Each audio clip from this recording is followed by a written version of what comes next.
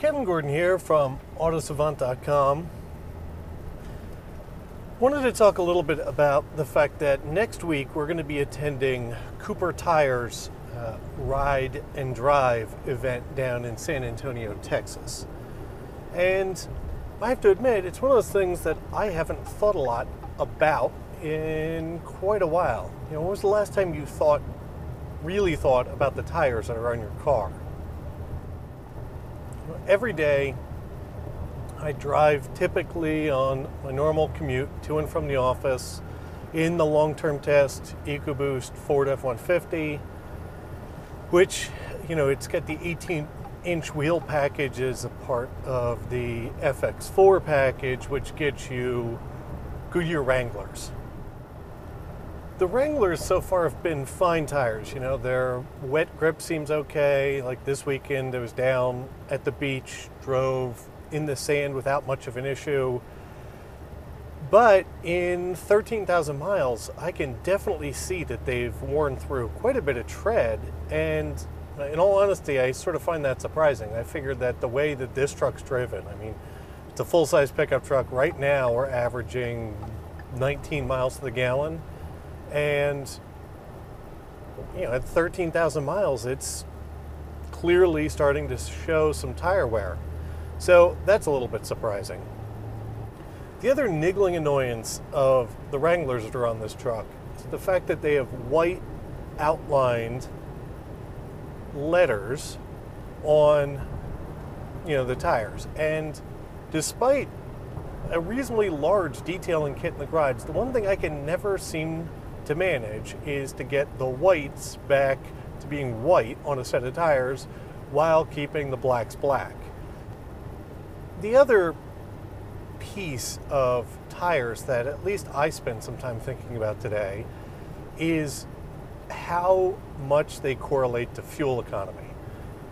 So this year when we went to the SEMA show in Las Vegas, one of the things I went around and asked all of the wheel manufacturers that I talked to and most of the tire manufacturers that were there is, do they have anything in a plus size wheel and tire that they would be willing to say gets the same or better fuel economy than what comes stock on this truck? Because typically as you go to bigger wheels and bigger tires, you gain a lot of rotational weight, which really can start to harm fuel economy. Same thing goes for more aggressive tread patterns and wider tires.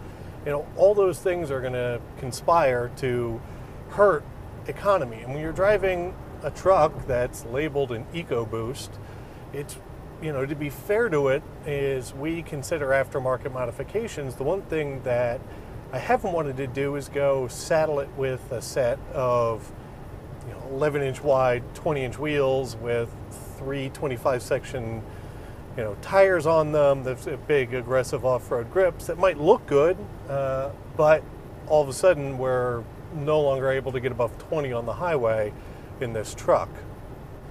The other thing that the truck gets used for is being a tote to one or more fishing kayaks, which we use down in the Atlantic off of the New Jersey beaches and bays. And to get to some of the good locations, you do wind up driving off-road in wet sand and loose sand. And, you know, the factory tires that come on this truck are not really off-roady tires. You know, they're a pretty conservative tread pattern.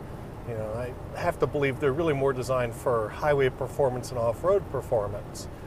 So it's one of those things I've always thought would be interesting, is how aggressive of a tread pattern could you go to while still maintaining all the good highway characteristics you get of having something that is as calmly, I suppose you could say, treaded as these are.